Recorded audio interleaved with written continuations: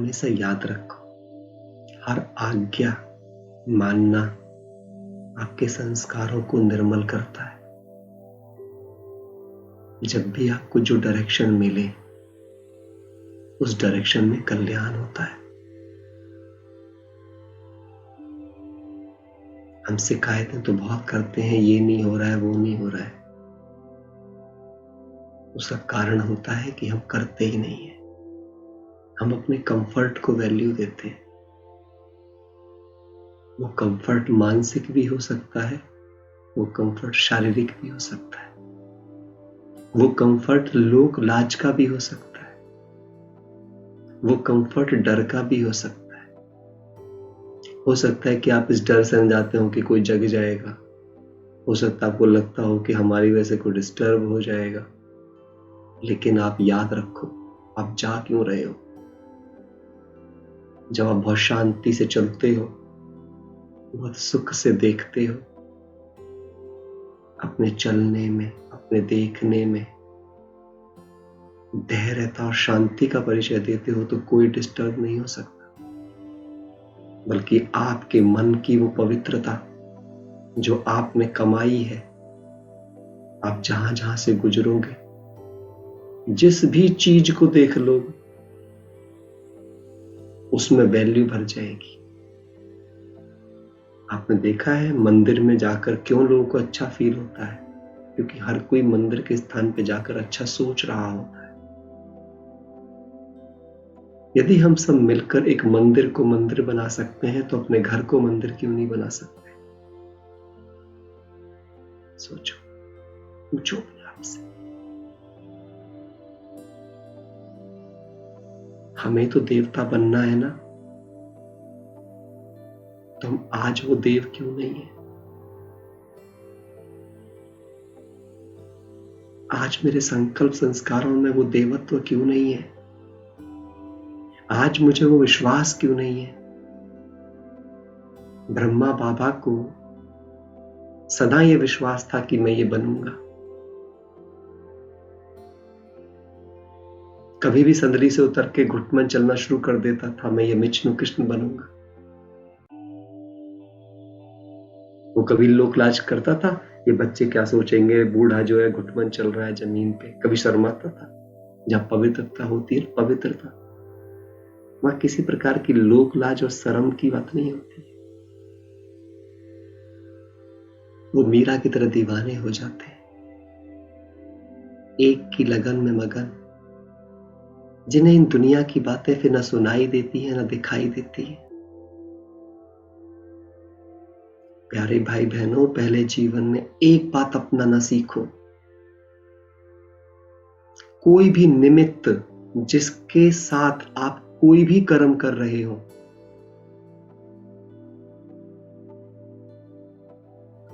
कोई भी, तो क्या करना है?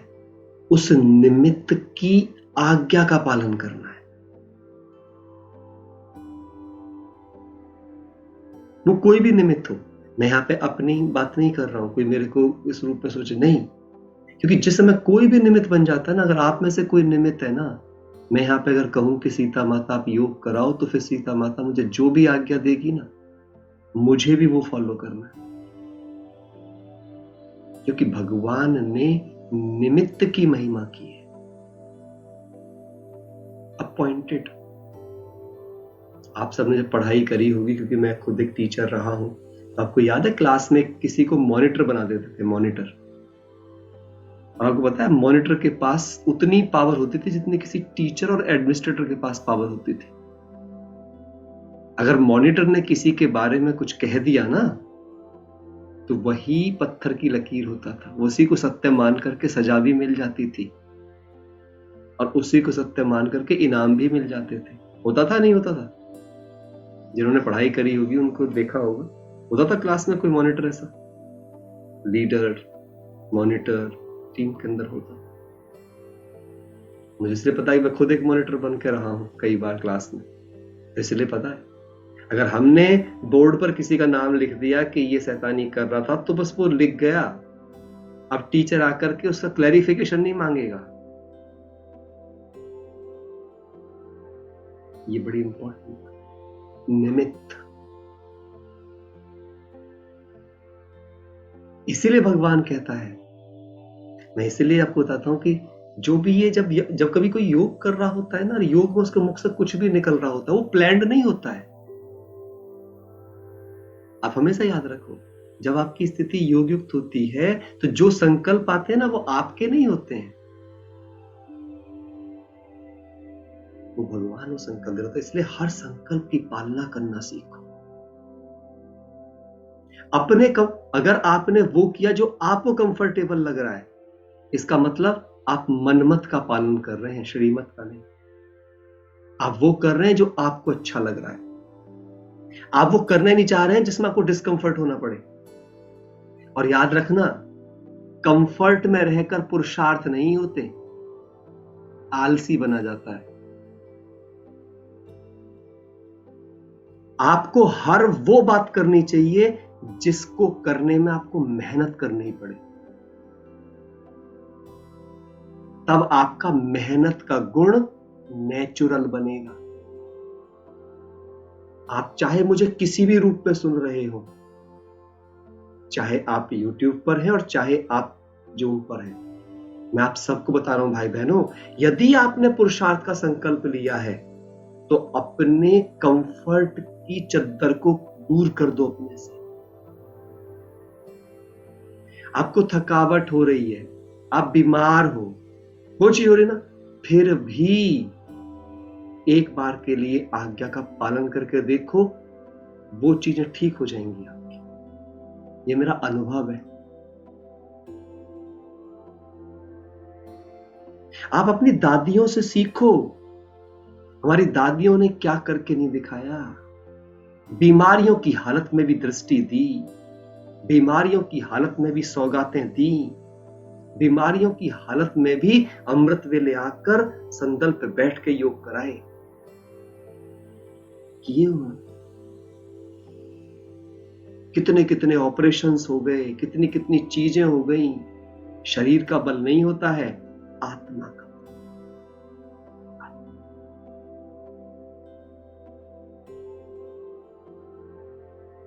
मैं ये कहता हूं कि भले ही कोई परेशानी आई भी ना, आपको लग रहा है, लेकिन जिस समय कोई आज्ञा मिले उस समय पालन कर लो।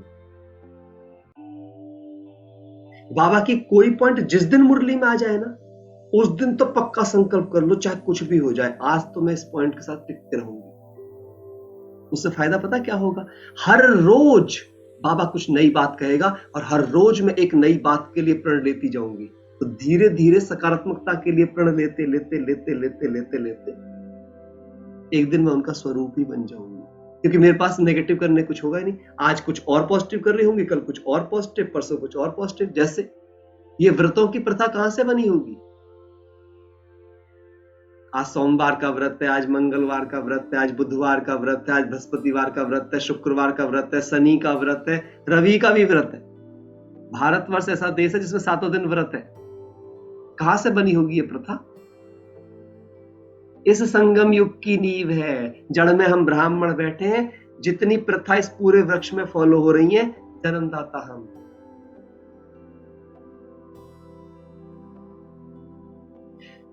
क्योंकि संगम युग की पढ़ाई ही 7 के 7 दिन चलती है। बाकी किसी विद्यालय पर धरती के किसी विद्यालय में 7 के 7 दिन पढ़ाई नहीं चलती।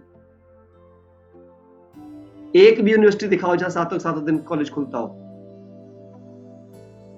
धरती का एकमात्र विद्यालय है, पूरे ब्रह्मांड का एकमात्र विद्यालय है जहां 7 दिन 24 घंटे की पढ़ाई पढ़ाई जाती है। 24/7 कंटिन्यू स्टडी। हर वक्त हम पढ़ाई पर हैं, हर वक्त हम एग्जामिनेशन हॉल में हैं, एवरी टाइम। आप कुछ भी सुन रहे हो, आप कुछ भी देख रहे हो, आप कुछ भी बोल रहे हो, एग्जाम चल रहा है।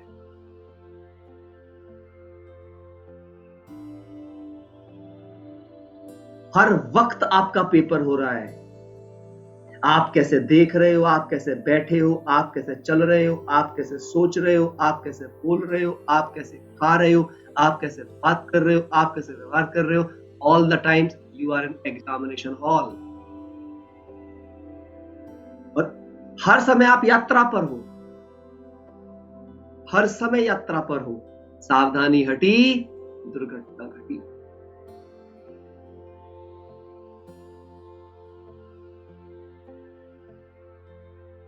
लक्ष्य से ध्यान भटका, लक्षण गया।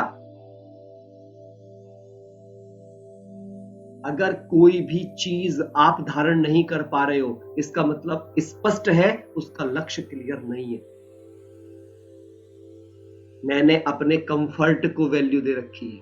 जो बच्चा रजाई को वैल्यू देता है वो कभी भी राजा बनने की योग्यता हासिल नहीं करता।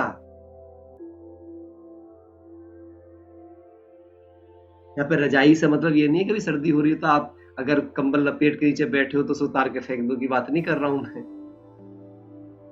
यहाँ रजाई से एक ही मतलब है, कंफर्ट। या नहीं जी मुझे तो ऐसे बैठना ही पसंद है, या मुझे तो ऐसे ही बैठना पसंद है। लिथार्जिक से बैठे रहते, कुछ तो ऐसे बैठे रहते जिनको देख के ऐसा लगता है मेरे को भी आलस से ना आ जाए कहीं। अरे अलर्ट योगी हैं हम। हिम्मत दिखाओ। अभी क्या सुना मुरली में, हिम्मतवान। हिम्मत है तो बाप की मदद मिलेगी। हिम्मत तो करो, 5 मिनट की, 10 मिनट की, 15 मिनट की एक स्ट्रॉन्ग हिम्मत तो जुटाओ पहले। देखो बाप कैसे आपकी छत्र छाया बन जाएगा।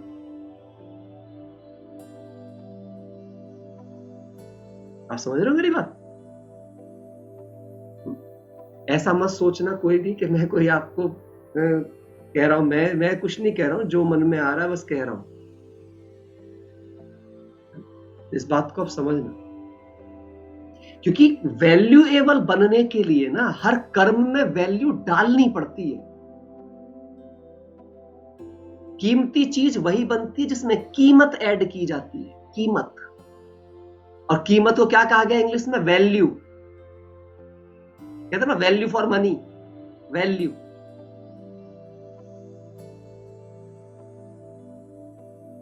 हमें वो वैल्यू ऐड करनी। सातों गुणों का आह्वान इतनी गहराई से करो कि आपका हर संस्कार उस गुण का गायन नहीं, उसके स्वरूप का दर्शन कराना शुरू कर दे। जैसे बाबा ने दादी जानकी को बोला ना आज, सपूत बनने का सबूत दिया, ऐसे आपको बोले सतो प्रधानता का सबूत दिया। सतो प्रधानता मतलब सातों गुणों की प्रधानता। मुझसे कोई कभी भी मिले ना, उसे प्रेमी अनुभव होना चाहिए। परंतु एक बात और ध्यान रखना, कुछ लोग इसका भी गलत मतलब निकाल लेते हैं, प्रेम का भी। मुझे भी सत्य, वो सोचते हैं कोई कुछ भी कहे ना बस हाँ जी करते हैं ताकि उसको प्रेम महसूस होता रहे। ये प्रेम नहीं है। प्रेम का मतलब है आपको अपने समय का भी ध्यान रखना है, आपको अपनी मनसा का भी ध्यान रखना है, आपको अपने कर्तव्यों का भी ध्यान रखना है, आपको बाप की आज्ञाओं का भी ध्यान रखना है, आपको अपने अधिकारों का भी ध्यान रखना है, आपको दूसरों के अधिकारों का भी ध्यान रखना है। ये नहीं है कोई कह रहा है तुम मेरे साथ चलो तो मुझे प्यार नहीं करते हो। अरे मेरा काम चल रहा है, उस समय मुझे पढ़ाई करनी है या उस समय मुझे कुछ और काम करना है और तुम्हें प्यार महसूस हो इसलिए मैं तुम्हारे साथ चल दिया। उसे प्यार नहीं कहते, उसे नासमझी, बेवकूफी, मूर्खता कहते। प्यार शब्द का लिख लो, एक ही मतलब है, आज आपको बता देता हूं। प्यार अगर आप किसी को दे रहे हो या किसी से ले रहे हो तो शक्ति बढ़ेगी दोनों। लव इंक्रीज पावर, लिख लो इस बात को। अगर प्रेम से शक्ति नहीं बढ़ रही है, सफलता नहीं बढ़ रही है, शुद्धता नहीं बढ़ रही है, तो प्रेम नहीं, अपराध है। That is not love, that is called attachment. ये जितने बोलते रहते ना निभाना पड़ता है, निभाना, वो ये भूल गए कि बाबा ने क्या बोला है। हम, मेरे को बहुत सारे, मैं खासकर गृहस्थी जो प्रवृत्ति वाले होते हैं वो क्या बोलते रहते हैं, भाई जी तोड़ निभाना है ना। इस शब्द का भी मतलब समझना। तोड़ निभाने का मतलब है तोड़ कर निभाना है।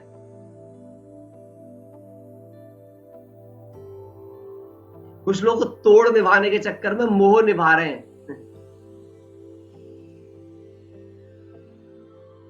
है अपना मोह।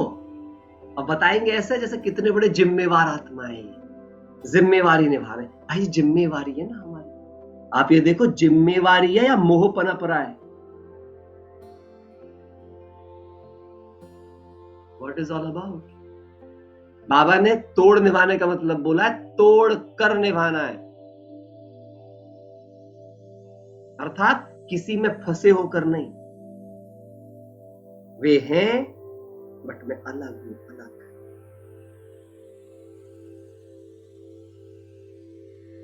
याद रखना, एक और गहरी चीज बताता हूं आपको। ये कुछ बड़ी गहरी गहरी बातें आप टच करा रहे हैं, तो आज क्लास इसी फॉर्मेट में लेके चलते हैं, क्योंकि जो मेंटल स्क्रिप्टिंग चल रही है ये भी मेंटल स्क्रिप्टिंग का हिस्सा है जो आज बात चल रही है। ध्यान समझिएगा इस बात को, क्योंकि मेंटल स्क्रिप्टिंग करने के लिए पहले वैल्यू सिस्टम को ठीक करना पड़ता है। करता इसलिए वाली बात समझ में आ रही है। अब आप समझना ध्यान से। पहले मुझे यह समझ चाहिए कि गुणों की वैल्यू क्या होती है। फॉर एग्जाम्पल मैं बात करता हूं कि हम कहते हैं मुझे जिम्मेवारी निभानी पड़ती है। That's fantastic. तो जिम्मेवारी एक वैल्यू है या कमजोरी है? क्या कहेंगे विजय बहन, क्या कहेंगे? रिस्पॉन्सिबिलिटी इज अ वैल्यू और a weakness? Value.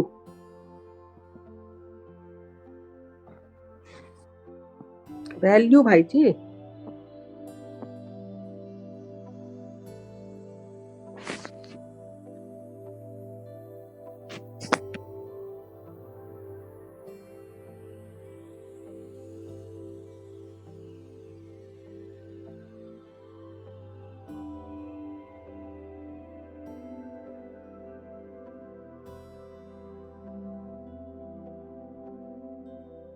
Value value value, yes, है ना?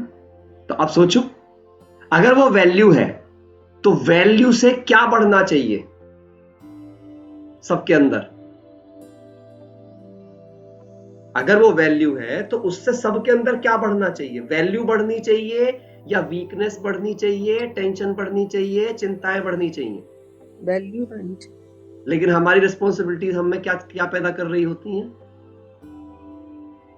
कुछ लोगों को तो रिस्पॉन्सिबिलिटी निभाने की चिंता होती है। चिंता मेरी जिम्मेदारी है। यदि रिस्पॉन्सिबिलिटी चिंता क्रिएट कर रही है तो वो रिस्पॉन्सिबिलिटी नहीं है, अटैचमेंट है, बर्डन है, बर्डन, बाउंडेशन है, वो बंधन है। वो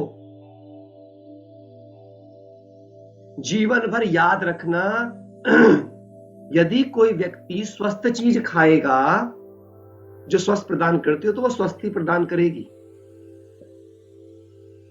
अगर स्वास्थ्य प्रदान करने वाली चीज स्वास्थ्य प्रदान नहीं कर रही है, इसका मतलब उसके अंदर एडल्ट्रेशन मिक्स हो चुका है।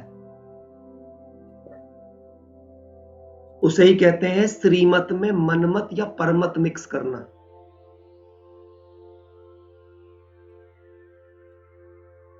हमें अंडरस्टैंडिंग नहीं है वैल्यूज का प्रॉपर, और यही कारण है हम अटैचमेंट को लव समझे बैठे रहते हैं। हम अपने ग्रीड, लोभ को हम क्या समझे बैठे हुए होते हैं? उसको भी जिम्मेवारी का पार्ट समझे बैठे हुए होते हैं। पता है आपको? बहुत से लोग कहते हैं नहीं नहीं, धन नहीं जोड़ेंगे, ये सब नहीं करेंगे तो भविष्य सिक्योर कैसे होगा? अब security is a value, definitely सुरक्षा एक वैल्यू है, लेकिन उसमें चिंता इन्वॉल्व हो गई तो वो लोभ है। हमेशा ये चेक करो कि मैं कह तो रही हूं मेरे गुण पे काम कर रही हूं, लेकिन उस गुण को मैं ट्रीट कैसे कर रही हूं। कोई तो लव को एज कहते हैं, जैसे देखो आपको मैं एक एग्जांपल देता हूं। जैसे कोई बच्चा किसी का बाहर गया हो और वो फोन ना करे और कहीं पे भटक जाए, कुछ हो जाए, लेट हो जाए, फोन भी ना कर पाए, रात को देर से, यहां पे क्या हो जाएगा? चिंता। और फिर क्या बोलेंगे हम उसको? हम तुम्हें बहुत प्यार करते हैं इसलिए तुम्हारी चिंता हो रही थी, हम तुम्हारी बहुत केयर करते थे, चिंता। अरे एक तरफ कह रहे हो प्यार करते हो, एक तरफ बोलते हो केयर करते हो, दूसरी तरफ बोलते हो चिंता। अब प्यार और केयर क्या है? गुण। और चिंता क्या है? अवगुण। आप बताओ, गुण से अवगुण कैसे पैदा हो गया? गुण से अवगुण कैसे पैदा हो गया? बीज है गुण का और पैदा हो रहा है फल अवगुण का। यही है गलत मान्यताएं। था अटैचमेंट, था ममत्व, था मेरापन, और समझ क्या बैठे उसे? प्यार। ये जो कंफ्यूजन्स है ना, ये मार रहे हैं हमको। ज्ञान की राइट अंडरस्टैंडिंग अगर बुद्धि में आ गई ना, जीवन सरल है। सच में जो मैंने महसूस किया, जो बाबा कहता है ना सहज है, सरल है, वो सचमुच में है। रॉन्ग अंडरस्टैंडिंग्स ने बुद्धि को भारी। बुद्धि का बोझ क्या होता है? अज्ञान। अगर आपकी बुद्धि बोझिल है, इसका मतलब वहां पर ज्ञान नहीं, अज्ञान है, समझ है ही नहीं। जिसकी बुद्धि में समझ होती है, उसकी बुद्धि में लाइट होती है। हाँ या ना? देखो बाबा कितना क्लियर ज्ञान दे रहा है ना हमें, एकदम क्लैरिटी मिलती जा रही है ना, सीक्वेंस बाय सीक्वेंस। बाबा ऐसे लॉजिक से समझा रहा है हमारी बुद्धि को कि हम ना नहीं कर सकते। आप बताओ, जो बातें अभी हमने बताई, इसको आप ना कर सकते हो? आपकी शक्ति सामर्थ्य अलग अलग हो सकती है, लेकिन आप किसी भी तर्क को ना नहीं कह सकते। ये बात गलत चल रही है।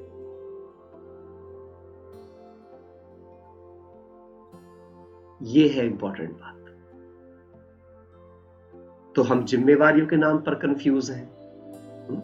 रिस्पॉन्सिबिलिटी है जी, मेरी तो जिम्मेवारी है, करना पड़ता है, घर गृहस्थ में ऐसा तो चलना ही पड़ता है।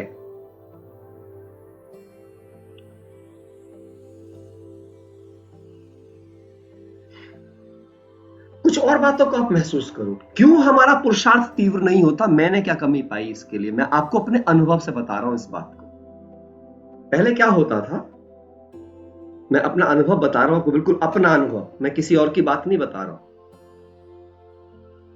मैं पहले क्या करता था, जैसे मैं ट्यूशन्स भी पढ़ाया करता था, स्कूल टीचर था, ट्यूशन पढ़ाया करता था, या बिजनेस करता था, कर रहा था, अभी भी कर रहा हूं बिजनेस तो, लेकिन पहले भी जैसे करता। तो मैं क्या करता था, मैं ज्ञान के प्रोग्रामों से ऊपर, या कोई सेवा आ जाएगी, कुछ आ जाएगी तो उससे भी ऊपर, या मधुबन जाने से भी ऊपर प्रायोरिटी पहले अपने किसको देता था? कामों को। ये मेरी आदत थी। मैं मधुबन भी कैसे जाता था? पहले दिन गया हूं, दूसरे दिन बाबा से मिला हूं, और तीसरे दिन वापसी। सेवा पे तो मैं कभी जाता ही नहीं था। मैं आपको सही बताऊं, मैं 97 में सेवा पे गया था, या 97 के बाद सेवा पे पता नहीं कितने सालों के बाद, शायद 2018 या 18 में गया होऊंगा। सोचो कितने साल बाद सेवा पे, मतलब 15 दिन 20 दिन ऐसा सेवा पे, 2-4-5 दिन के 7 दिन तक के लिए चले गए, बीच में भी गए 1-2 बार भी, लेकिन 15 दिन की सेवा करके आए, 18 दिन की सेवा करके आए, तब गए। नुकसान क्या हुए उसके? बहुत नुकसान है। आपको गिनती करवाऊंगा ना, लिस्ट बन जाएगी नुकसानों की। बाबा ने कितने गुण दिए थे हमें, कितनी वैल्यू दी थी हमें, आज कहां से कहां हो सकते थे, कितने बड़ी सेवाएं करने के निमित्त बन सकते थे, लेकिन क्यों नहीं कर पाए?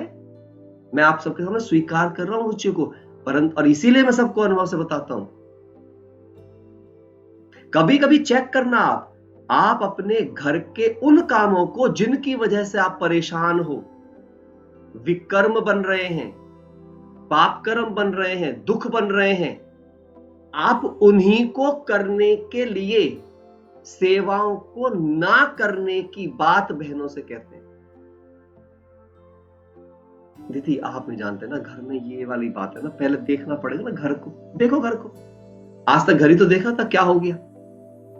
कहां पहुंच के देख लो खुद को।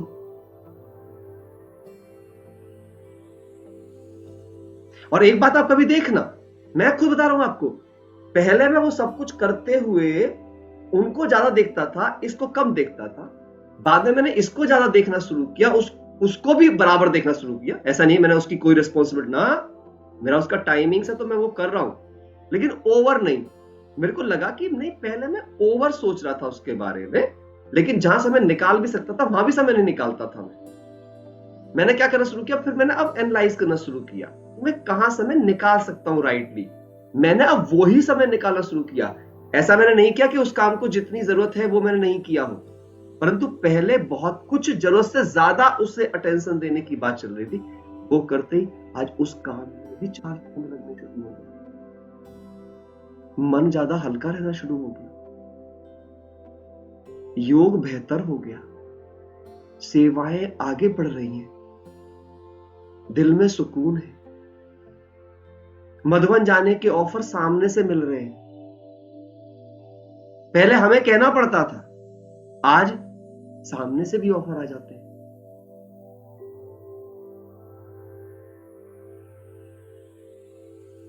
मैं तो सच में बाबा को इतना थैंक यू बोलता हूं, बाबा तूने कैसे मुझ आत्मा के बुद्धि के ताले को कितना गहराई से खोला है। और भाई बहनों, ये तब हुआ, एक चीज हम में शुरू से थी कि हम ज्यादातर कभी भी अपनी मनमत को वैसे नहीं चलाते थे। काम के बारे में था बस, मेरा एक ही चीज था कि मैं काम को थोड़ी ज्यादा वैल्यू देता था, लेकिन ऐसा नहीं था कि मैं बहनों की कोई अवज्ञा कर दूं, या मैं अपनी ज्यादा चलाऊं, या मैं खुद के मान शान को करके आगे करके रखूं। मैं सब सेवाएं जो सेंटर पे होती थी, वहां पे जिस सेवा की जरूरत पड़ रही है, तन की चमन की, वो मैं करने में रहता था। बस मधुबन जाने के बारे में, या कहीं दूर जाना हो, या कहीं पे ज्यादा वैसा, उसके लिए नहीं करता था। बाद में मैंने उसको भी रियलाइज किया कि जिस समय आज्ञा मिल रही है उस समय तुम चले जाओ। सपोज आपसे बहन ने कहा कि आज प्रदर्शनी लग रही है और आपको 1 घंटे के लिए आना है, तो पहले हमें क्या करता था, नहीं दीदी मेरे पे टाइम नहीं निकल पाएगा, ऐसे आज ऐसे टाइम निकल पाएगा, मेरा वो वाला काम है ना, मैं ऐसे। तो दीदी भी कहती ठीक है जाओ, वो थोड़ी मेरे को प्रेशर करेगी, वहां वो किसी और को यूज कर लेती थी। और मैं देखता था कि दीदी ने 1 घंटा मांगा था, मैंने देखा कि जब मैं उस काम को करने लगा, 1 घंटा तो मेरा वैसे ही बर्बाद हो गया था किसी काम में। जिस बंदे का इंतजार कर रहा था वो 1 घंटा लेट ही आया, और मैंने वो 1 घंटा इंतजार में बिताया। सैकड़ों अनुभव है मेरे पास है इस तरीके के। तब मुझे समझ में आया कि तुम पॉजिटिव चीज के लिए मना मत करो। सामने वाले को भी मैं तब देखो ये भी कर सकता था, कॉल करके पूछ सकता था कि भैया तुम कहां हो, रास्ते में कितना समय तुम्हें लगेगा। मुझसे दीदी कह रही है, फिर चाहे मैं 1 घंटे के लिए न जाके, भले दीदी ने कहा है, अगर मैं 10 मिनट के लिए भी चला जाता तो आज्ञा पालन हो जाती। परंतु मैंने किसको वैल्यू दी, कंफर्ट को। मैंने किसको वैल्यू दी, देह अभिमान बढ़ाने वाले कर्मों को। तो क्या बढ़ा मेरे अंदर, देह अभिमान। क्या बढ़ी, टेंशन्स। क्या बढ़े, अवगुण। अवगुण ही कहेंगे ना उनको। कभी कभी हम इतने संतुष्ट होते रहते हैं, जो बाबा कहता है ना, कभी कभी हमें लगता है जैसे हम कुमार हैं, है ना, और सच में भगवान ने एक अच्छा कुमार बनाया, तो ठीक है जी, हम ब्रह्मचारी रह गए तो हमें उसका एक वो हो जाता है, हम तो ठीक चल रहे हैं, पवित्रता है ना, बाबा को याद करते हैं, मूल्य सुनते हैं, बस काम पूरा हो गया।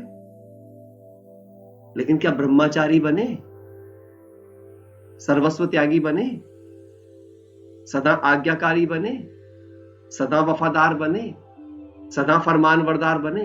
कैसे दुआएं कमाएंगे भाई?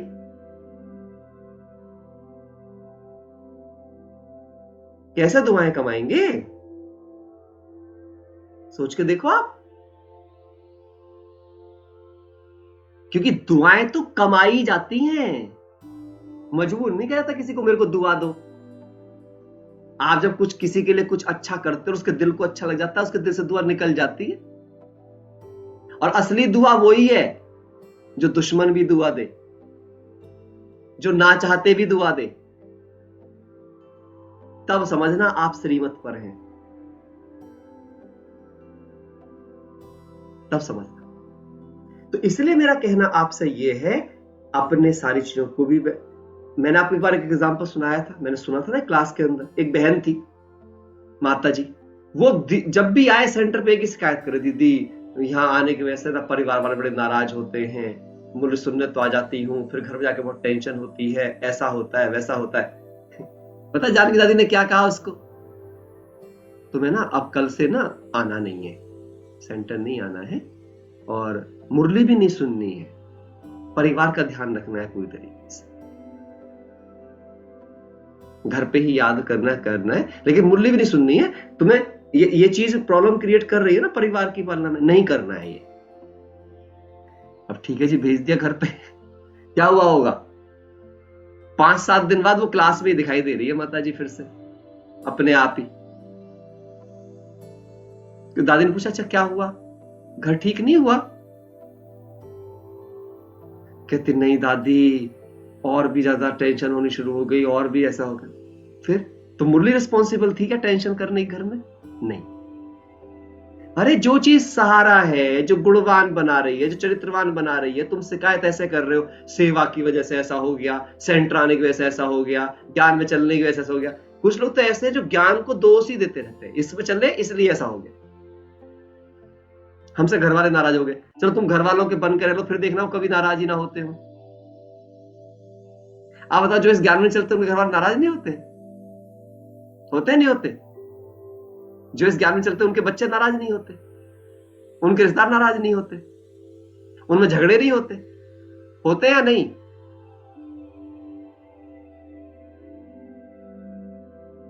अरे जो शांति बढ़ा रहा है ज्ञान, जो प्रेम बढ़ा रहा है, जो रावण जैसी आत्मा के बारे में भी अच्छा सोचना सिखा रहा है, जो सबके बारे में समानता से आत्मा का पाठ पढ़ा रहा है, जो ऊंचा बनने के लक्षण धारण करवा रहा है, जिसने लक्ष्य दे दिया, जिसने लक्षण दे दिए, जिसने कर्तव्य दे दिए, जिसने महिमाएं दे दी, जिसने सेवाएं दे दी, जिसने पवित्रता दे दी, उसकी शिकायत कर रहे हैं।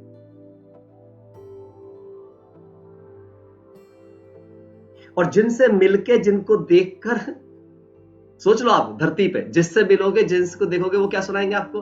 कोई अपनी टेंशन सुनाएगा, कोई अपने दुखड़े रोएगा, कोई अपनी चिंताएं बताएगा आपको, कोई अपनी मजबूरियां सुनाएगा, कोई पाप सुनाएगा, कोई फालतू के मजाक सुनाएगा, कोई फिल्मों की स्टोरियां सुनाएगा, कोई नाटक की स्टोरियां सुनाएगा, कोई मोदी जी को सुनाएगा, कोई फलाने को सुनाएगा। सब यही सुना रहे हैं ना।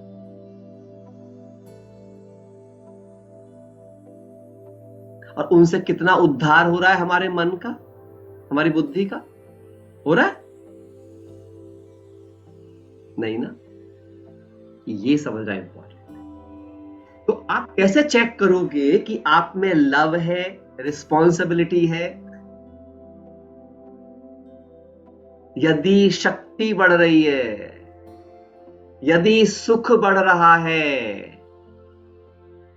ध्यान समझना, यदि सफलता सहज आ रही है, इसका मतलब लव है, रिस्पॉन्सिबिलिटी है।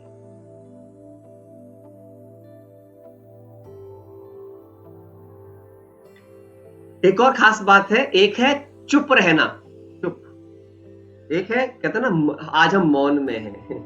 कुछ लोग लगता है आप में से मौन, अभी जनवरी मास चल रहा है, ये बड़ा ट्रेंड होता है हमारे यहाँ मौन का ट्रेंड।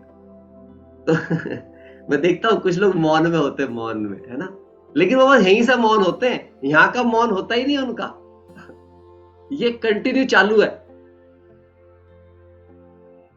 कुछ को मैंने देखा यहाँ से मौन होंगे, कुछ सामने वाले से बात कर रहा होगा, यहाँ थॉट चला रहे होंगे, ये कुछ कह रहा है, मैं इससे क्या कहूं, कैसे कहूं, लिखूं, ये बताओ।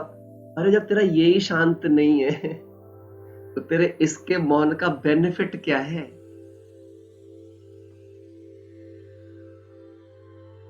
लिखो आप अपनी डायरियों में, मौन का मतलब है साइलेंसिंग द माइंड। इसे शांत करना है, और इसे शांत करने का तरीका पता है क्या होता है?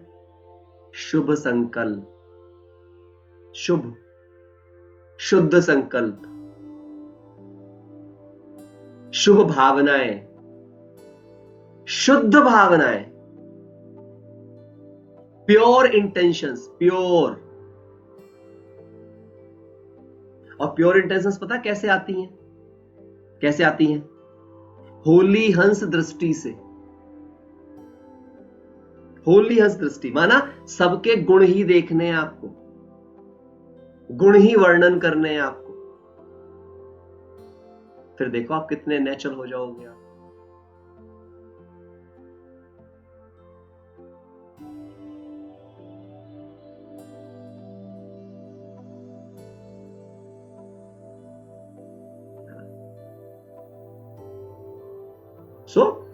यही समझना है, बाबा ना हमारी पालना कर रहा है, पालना। और ये बड़ी अच्छी बात है, जैसे यूट्यूब में देख रहा हूं, कह रहे हैं कि भाई ऐसा लगता है जैसे मेरे बारे में कह रहे हैं, इसका आप समझिए, अगर ये आपको एहसास हो रहा है, इसका मतलब आप भगवान का प्यार बहुत गहराई से पा रहे हो। अगर मैं ये रियलाइज कर जाऊं कि भगवान मुझसे बात कर रहा है, मेरे को मेरे बारे में बता रहा है, क्या सही है क्या गलत है, तो मैं उसका अर्जुन हूं, मेरा सारथी मुझे बता रहा है कि तुम निराशा में चले गए हो, तुम ये चीज गड़बड़ कर रहे हो, तुम यहां से बाहर आ जाओ। गीता ज्ञान चल रहा है, मेरे लिए चल रहा है। और जब आप अपने हर गुण की वैल्यू को, हर गुण को सही रूप में समझना शुरू कर देंगे, तब आप समझना। अभी सुख को भी समझो आप। कभी कभी हम सुख से बड़े कंफ्यूज हैं, है ना। कभी कभी हम महसूस कर रहे होते हैं कंफर्ट, होते हैं आलस्य में। अब मैं बताता हूं कंफर्ट कैसे। किसी ने ना मेरे मन को अच्छी लगने वाली बात कही, तो हम क्या बोलते हैं, ध्यान से सुनना सभी।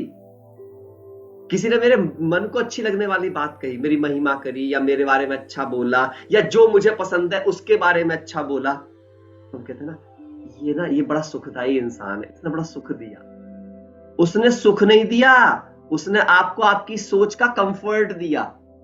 लिख लो इस बात को, सुख अलग है और सोच का कंफर्ट अलग है। उसने सिर्फ वो कहा जो आपको अच्छा लगता है, पर जरूरी नहीं, लिखो एक सेंटेंस और, ये जरूरी नहीं जो आपको अच्छा लगता हो वो आपके लिए भी अच्छा हो। आप चेक करो, मुझे अच्छा लगता है या मेरे लिए अच्छा है, इसका डिफरेंस पता है मुझे। मैं क्या सुनती हूं या मुझे क्या सुनना पसंद है, ध्यान समझिएगा, मुझे क्या सुनना पसंद है, वो जो मुझे अच्छा लगता है या जो मेरे लिए अच्छा है भले ही कड़वा है। Very important. सुख क्या होता है? सुख क्या होता है? सुख का एक ही मतलब होता है, लिख लो आप सब बड़ा बड़ा, सुख माना ही त्याग है। त्याग के बिना कभी सुख पैदा हो ही नहीं सकता, क्योंकि सेवा से सुख मिलता है, सेवा से सुख।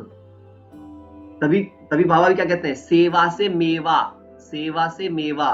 और सेवा से अगर सुख मिलता है, और सेवा क्या मांगती है, त्याग। त्याग, जिसमें त्याग नहीं है ना, जो मेरा मेरा चाहता है, अपना अपना सोचता है, अपना कंफर्ट, अपनी चीजें, अपने साधन, अपनी सुविधाएं, वो कभी सेवा नहीं कर सकता।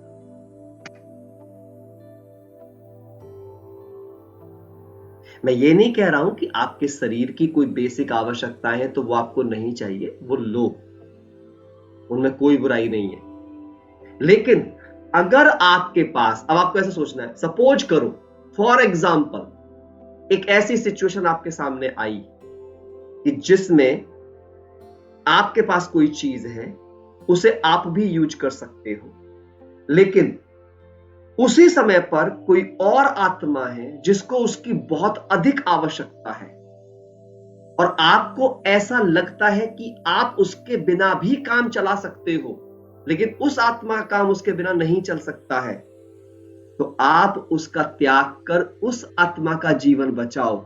इसे कहते हैं सुख, इसे कहते हैं सेवा, और इसे कहते हैं पुण्य।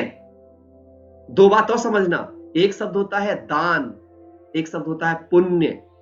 दान वो होता है जो आप अपनी क्षमता के हिसाब से करते हो, और पुण्य वो होता है जो आप सामने वाले की जरूरत के हिसाब से करते हो।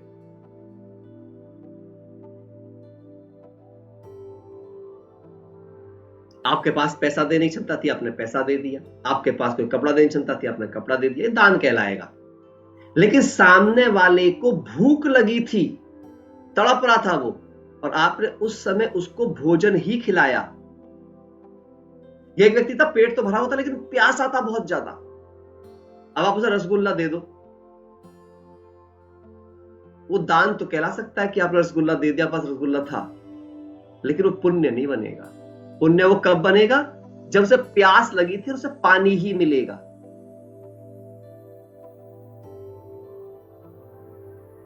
जैसी जिसकी नीड, जब आप उसकी नीड को पूरा करते हो ना, तो उसके दिल से दुआएं बरसती है। इस बात को गहराई से अंडरस्टैंड करना है हम सब, और तब देखना। इसीलिए इन बातों पर बेस अपनी स्क्रिप्टिंग करो माइंड की, इन बातों पर बेस होकर स्क्रिप्टिंग करो कि थैंक यू बाबा, आप सागर ने मुझ आत्मा को वो दिया जिसकी मुझ आत्मा को सचमुच में आवश्यकता थी।